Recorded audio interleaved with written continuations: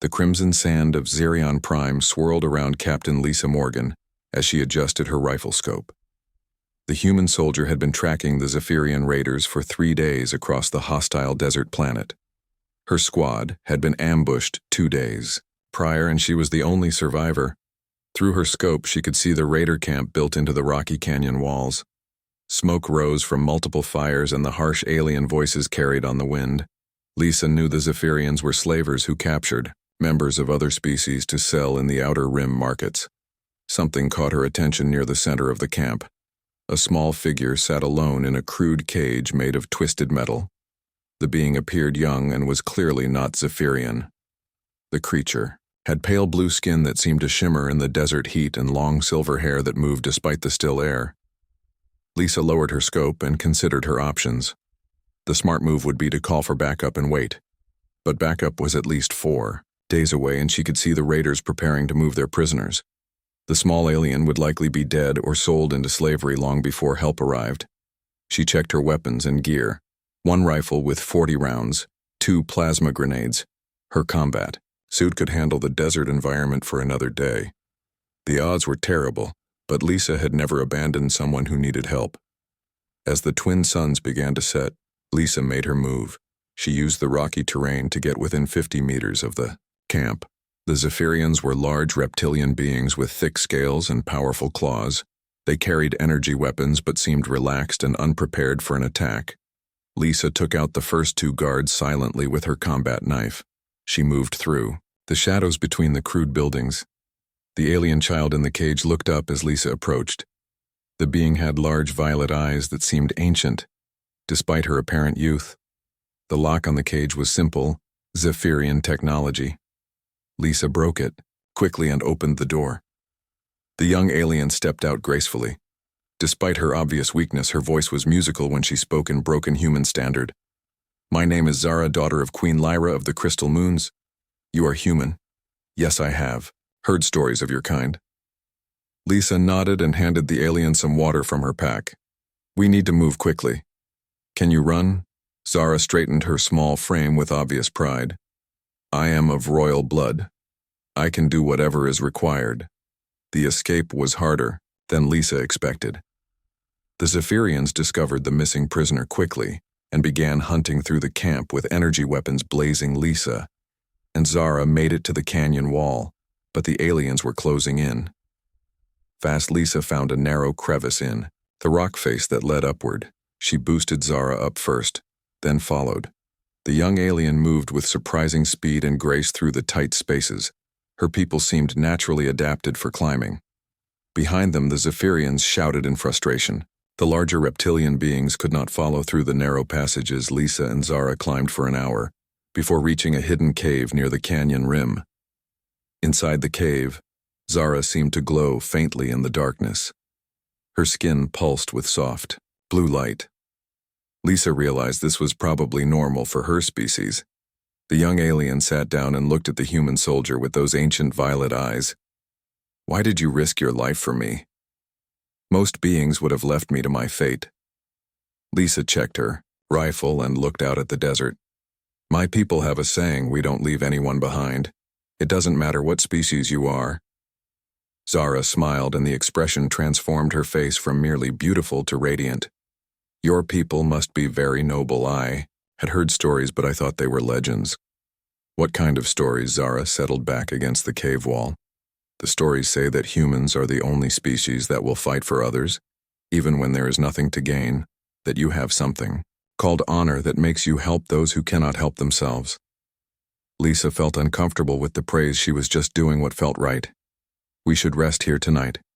Tomorrow, we need to find a way to contact your people or mine." During the night, Lisa kept watch while Zara slept. The young alien seemed to have nightmares and spoke in her native language. Several times she called out what sounded like mother in the musical tongue of her people. In the morning, Lisa used her emergency beacon to send out a distress signal. The response came faster than expected, but it was not from human forces. A sleek silver ship descended from the sky with impossible grace and silence. The ship landed softly on the canyon floor near their cave. Beings emerged that looked similar to Zara but taller and more imposing. They wore flowing robes and carried weapons that seemed to be made of crystal and light. Zara ran toward them, calling out in her musical language.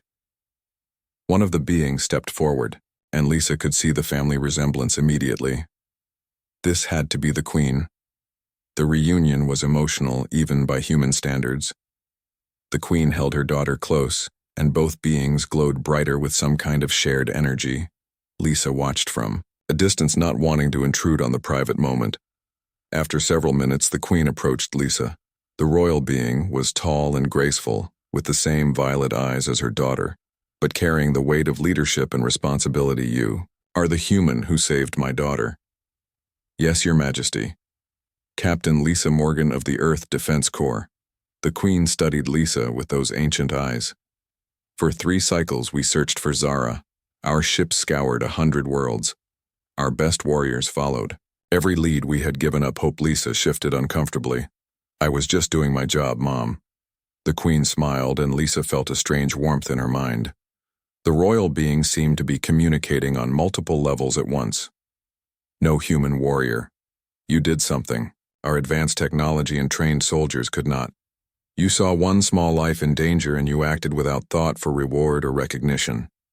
This is why the stories about your people spread across the galaxy. More beings emerged from the silver ship. Lisa realized they were all looking at her with expressions of respect and curiosity. Several of them approached and bowed slightly, which made Lisa very uncomfortable. Zara ran back to Lisa and took her hand. Mom, I told her everything. How you fought the raiders, how you risked your life, how you climbed through the rocks even though you could have escaped alone. The Queen nodded and stepped closer to Lisa. Human Captain, my daughter lives because of your courage. Our people have a ceremony for those who perform acts of great honor. Would you accept our gratitude? Lisa looked around at all the alien beings watching her. She felt out of place among these elegant creatures with their flowing robes and glowing skin. I appreciate the offer, Your Majesty, but I need to get back to my unit. They think I'm dead. The Queen exchanged glances with her advisors. Then she spoke again. We have already contacted your Earth Defense Corps and informed them that you are safe. Your commanders have agreed to let you return with full honors. Over the following hours, Lisa learned more about Zara's people. They called themselves the Luminari, and their civilization was thousands of years old. They had advanced technology but had never developed the aggressive instincts that drove humans to fight against impossible odds. The Queen explained that many species in the galaxy had heard stories about human courage and honor. Most thought they were myths because such behavior seemed impossible from an evolutionary standpoint, yet here you are. The Queen said, proving that sometimes the impossible becomes real. As they prepared to leave the planet, Lisa felt conflicted.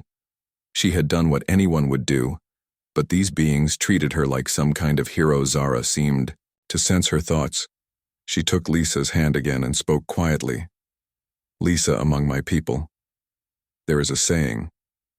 The measure of a being is not in their power, but in how they use it for others.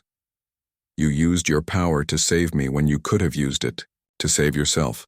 The silver ship lifted off from Zerion Prime with Lisa as an honored guest.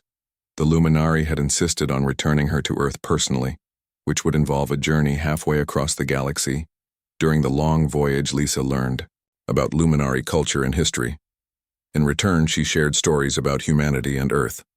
The aliens were fascinated by human concepts like democracy, sacrifice, and the willingness to fight for strangers. The Queen spent many hours talking with Lisa about the differences between their species. Your people are young, but you have something that took us millennia to develop, the understanding that strength without compassion is meaningless. When they finally reached Earth, the reception was unlike anything Lisa had experienced. The Luminary ship attracted attention from every military and scientific organization on the planet. The Queen requested a formal ceremony to honor Lisa and present her with a luminary crystal that would mark her as a friend to their people forever. The event was broadcast across human space and beyond, standing in the Great Hall with leaders from across the galaxy watching. Lisa felt overwhelmed, but when Zara stepped forward to speak, the young alien's words made everything clear. This human saw me as more than an alien prisoner. She saw me as someone worth saving. That is why humans are spoken of with respect across the stars. They do not see species or differences. They see beings who need help. The Queen placed the crystal pendant around Lisa's neck. The artifact glowed with warm light, and Lisa could feel a connection forming to something greater than herself. From this day forward, you are family to the Luminari. But more than that, you represent the best of what any being can aspire to become. As the ceremony ended, Lisa realized that her simple act of rescue had created something larger, a bridge between species built on mutual respect and understanding. The